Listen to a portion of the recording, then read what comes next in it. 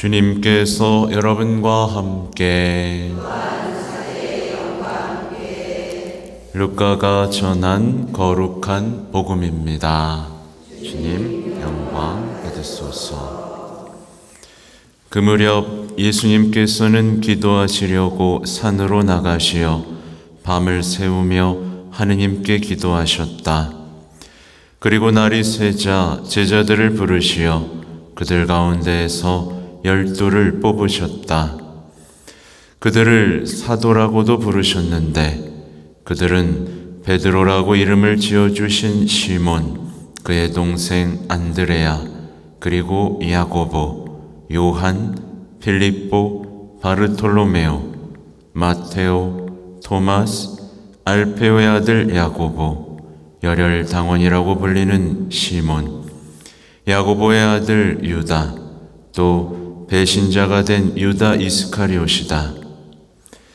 예수님께서 그들과 함께 산에서 내려가 평지에 서시니 그분의 제자들이 많은 군중을 이루고 온 유다와 예루살렘 그리고 티로와 시돈의 해안 지방에서 온 백성이 큰 무리를 이루고 있었다. 그들은 예수님의 말씀도 듣고 질병도 고치려고 온 사람들이었다. 그리하여 더러운 영들에게 시달리는 이들도 낫게 되었다.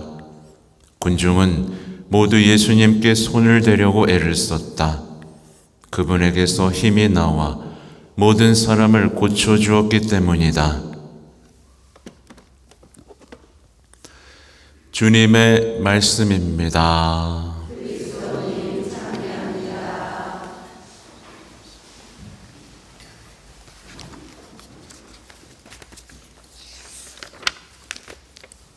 찬미 예수님.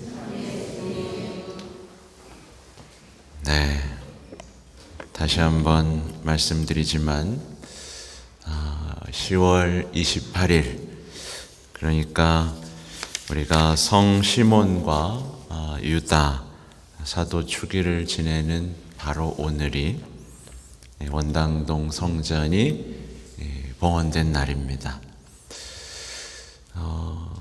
그래서 기념을 한다면 시몬이나 그쵸? 이 사도들의 성상을 세우는 것도 하나의 기념할 수 있는 방법이겠죠? 네, 우리에게 성전을 허락하시고 공동체를 허락해 주신 주님께 감사드리며 박수를 한번 크게 쳐볼까요?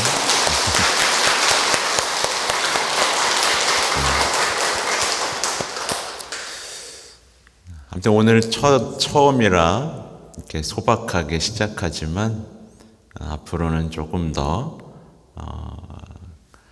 뭐랄까요, 거창하게 화려하게 미사를 봉헌했으면 좋겠습니다. 그래서 제가 좀 자료를 살펴봤어요. 자료를 살펴보니까 2004년이었어요. 2004년 11월 24일에 이 원당동 성당이 설립됩니다. 그리고 2006년 6월 7일에 기공식이 있었고 9월 29일에 완공되고 그 다음에 10월 28일 첫 미사와 축복식이 있었습니다. 저는 6번째 주임 신부고요. 그러니까 내년 2024년 있죠? 2024년은 성당 설립 20주년입니다. 벌써 여러분 20주년 됐어요. 그래서 내년은 20주년 사업을 계획하겠습니다.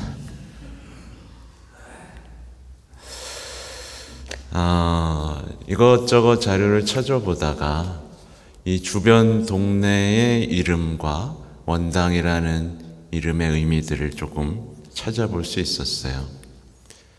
제가 성모 울타리 다녀오는 거 아시죠? 예, 거기에 설탕 대신 원당이 들어가는데 그 원당은 아니고 제가 하나하나 살펴봤어요. 거맘 있죠, 거맘. 거맘은 검은 바위라는 뜻이래요. 그래서 당시에 20m가 넘는 검은 큰 바위가 그 지역에 있었다고 하고, 연희동은 신라 시대에 이제 여자들, 높은 벼슬 하는 분들을 모시는 여자들이 노래와 춤을 배웠다는 기원이 있다고 하고, 가정동은 뭘까요? 실제로 조선시대 개국공신의 별장인 가정터가 있었다고 합니다. 그래서 가정동이고, 검다는 검고 붉은 붉다는 뜻이라서 일대 개펄 색깔, 개펄이 있었던 거죠. 그리고 원당은 당이 있는 마을. 네. 웃지 마세요. 신을 모셔두는 집이 있던 장소입니다. 천신제를 지내는 신을 모시는 산이 있던 곳인 거예요. 또 아시겠지만 구석기 유물이 발견된 곳이죠. 그래서 이 일대에 굉장히 큰 집단이 모여 살았던 아주 살기 좋은 곳인 것이고, 또 신도 모시던, 그러니까 많은 사람들이 모여서 신을 모시던 이 지역의 중심지 역할을 하지 않았나 라는 생각을 해볼 수 있죠. 다른 지역은 다 이제 개발되고 있지만 이 지역만큼은 어떻게 보면 되게 소박하죠. 어떻게 보면 축복받은 땅이 될 수 있다, 라고 생각을 합니다. 아무튼 성당이 지어진다는 것은 공동체에겐 엄청난 축복이죠. 축복입니다. 제가 이제 요즘에는 이제 교포들하고도 통화도 하고 막 그래요. 이제 해외 초대도 있고, 그래서 그쪽 사정을 들어보면 이제 공동체가 없다라는 건 정말 대단히 불행한 일이에요. 되게 힘들어합니다. 뭐 한인 성당이 없는 곳도 있고, 있어도 점점 이렇게 빌려 쓰는 곳도 있고요.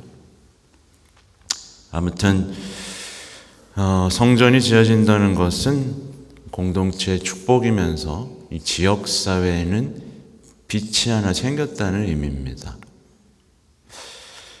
하느님의 거처가 되는 장소가 생겼다는 뜻이고, 또 지역 사회에 사랑의 공동체, 그죠? 정말 이런 이기적인 자기만 아는 물질 중심적이던 사회에서 나누고 희생하고 사랑할 수 있는 사람들이 모인 공동체가 생겼다는 뜻이에요. 여기 쓰진 않았지만 제가 얼마 전에 한번 나눈 적이 있죠. 저는 이제 강의를 다닐 때 전철을 타고 다니거든요. 한번 제가 양보했다는 얘기를 들은 적이 있을 거예요. 그냥 뒷모습에 내가 봤을 때 귀 쪽에 주름이 잔뜩 있고 가방도 무거워 보여서 여기 앉으세요 라고 했더니 그분의 반응, 제가 말씀드렸죠. 한참을 나중에 찾아와서는 정말 살맛이 안 났었는데 이제야 좀 살맛이 난다. 너무 고맙다. 라는 말씀을 해주셨어요. 전철을 타고 다니면 아무도 양보하지 않습니다. 이제 그 누구도 양보하지 않죠. 왜요? 내가 제일 힘드니까. 어르신분들은 많이 체험하실 겁니다. 그렇죠? 어르신분들은 양보를 안 하죠. 그죠? 저기 가서 앉아 이런 느낌이죠. 아무튼 그만큼 이 시대는 빛이 필요하고 사랑이 필요한 시대입니다. 번당 공동체는요, 하느님의 한 가족으로 살아갑니다. 아주 적절하게 일독서의 내용, 거룩한 성전으로 지어지는 신앙 공동체 이야기를 담고 있죠. 여러분, 한 가족이에요. 아시죠? 한 가족입니다. 그리고 사도들의 신앙 안에 섭니다. 그렇게 사도들이 전해진 가르침, 말씀을 보존하는 공동체, 그리고 형제, 또 친교, 이것 속에서 이 공동체는 거룩한 공동체, 또 사랑의 공동체, 성령을 따르는 공동체로 자라나야 됩니다. 반드시 그래야 돼요. 본당에서 가장 시급한 것은 누가 뭐래도 그리스도 예수님 안에서의 일치입니다. 그렇죠? 일치, 서로에 대한 경청, 그리고 기도이죠. 자신 안의 가치는 오늘날의 불행한 사람들을 닮아서는 안 됩니다. 우리 공동체 안에 갇혀서도 안 되고요. 그렇죠? 우리는 이웃을 위한 성사가 되는 공동체입니다. 이 말은 곧 이웃을 위해서 예수님의 모습을 드러내는 공동체여야만 해요. 그러니까 구원의 표징이자 도구로서의 공동체로서 변화되고 있는가를 돌아봐야 됩니다. 돌아보지 않고 그저 그렇게 산다면 그것처럼 불행한 공동체는 없겠죠. 어떻게 보면 원론적인 얘기지만 본당 공동체는요, 주변의 모든 일을 위한, 모든 이의 구원을 위한 빛과 소금이 돼야 됩니다. 제일 시급한 과제죠. 그러니까 십자가의 희생제사, 바로 이 제사 안에서 그리스도의 몸과 피와 결합되죠. 그렇게 자신의 사명을 살아내야만 합니다. 이거 잊어서는 안 돼요. 이걸 잊어버리면 어떻게 되겠어요? 그냥 힘들 때 찾아오는 장소? 외로우니까 함께 할 수 있는 공동체? 그냥 그 정도에 머물고 교회는 시들시들 병들어갈 수밖에 없습니다. 괜히 싸우는 거예요. 괜히 편가르기 하고. 왜 그러겠어요? 사명을 잃어버렸기 때문입니다. 문제는요, 이 요한 바오로 2세 교황님이 말씀하신 건데, 새로운 계획이 아닙니다. 뭔가 계속 새로운 계획을 짤 필요는 없어요. 왜냐하면 하나님의 계획은 이미 마련되어 있기 때문입니다. 그렇죠? 마련되어 있고 변함이 없습니다. 하나님은 뭔가 새로운 걸 시키지 않으세요. 사도들이 했던 그 바를 하기를 바라십니다. 그리고 그 계획을 실행하기 위해서는 그 공동체가 성체 성사에 얼마나 집중하고 있는가를 보면 알죠. 곧 성체 성사를 통해 교회는 새로운 추진력과 계획을 실행할 수 있게 됩니다. 그렇잖아요. 예수님의 몸과 피와 결합돼서 예수님처럼 살아가야 되는데, 그래서 제가 고해성사도 강조하는 겁니다. 고해성사가 끊어지면 성체성사와의 관계도 끊어지고 곧 사명도 끊어지고, 그죠? 공동체의 빛은 상실되겠죠. 그러니까 본당 공동체가 성체성사를 사랑하면 모든 게 제자리를 찾고 정상화됩니다. 그게 수순이에요.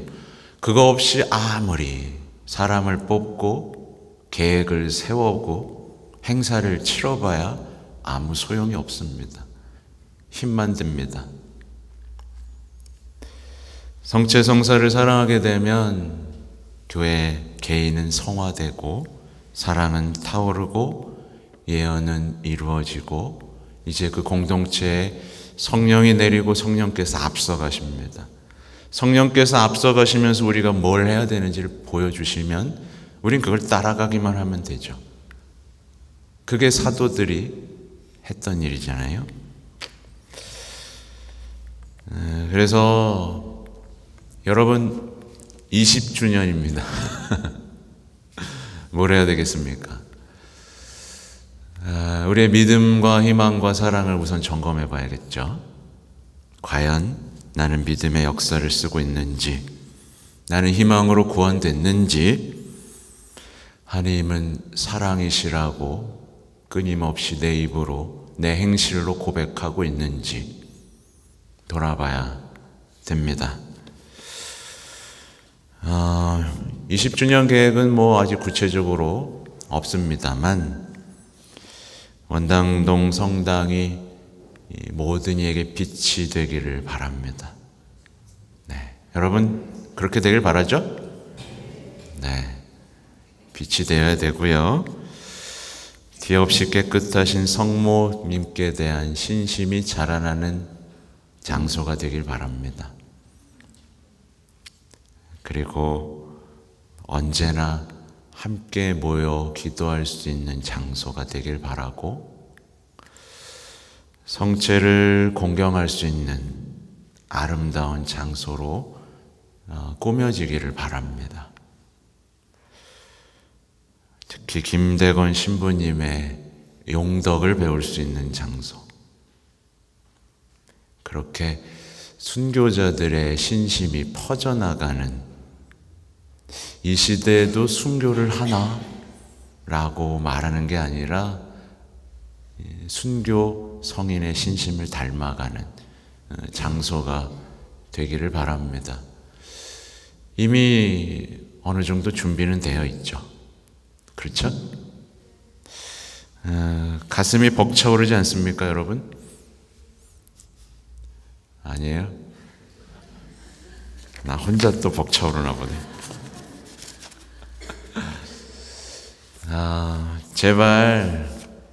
제발 부탁드리는 게 있어요. 제가 강의를 다니면서도 늘 부탁드리는 것, 제발 자신 안에 갇히지 마세요. 세상 풍조에 놀아나지 마세요. 정말 최악입니다. 정말 불행해지는 일이고요. 자신 안에 갇히고 자아에 갇혀버린 사람은 성당에 와서 위로만 찾습니다. 열매는 하나도 없어요. 와서는 열심히 하면서 싸움질이나 합니다. 불평만 쏟아놓고요. 자신이 왜 창조되었고 왜 부르심을 받았는지 모른 채 맨날 상처받고 섭섭해하며 주변만 맴돕니다. 하나님의 사랑은요, 내일 이제 계명에 대한 얘기를 해야 되는데, 하나님에 대한 사랑은 사랑할 때 배울 수 있습니다, 여러분. 사랑하면 사랑을 배우게 되고, 사랑 없이는 살 수 없게 됩니다. 부디 사도들의 그 열정적인 신앙, 사랑, 이 공동체 안에 뿌리 내리고 자라고 퍼져나가길 바랍니다. 아멘.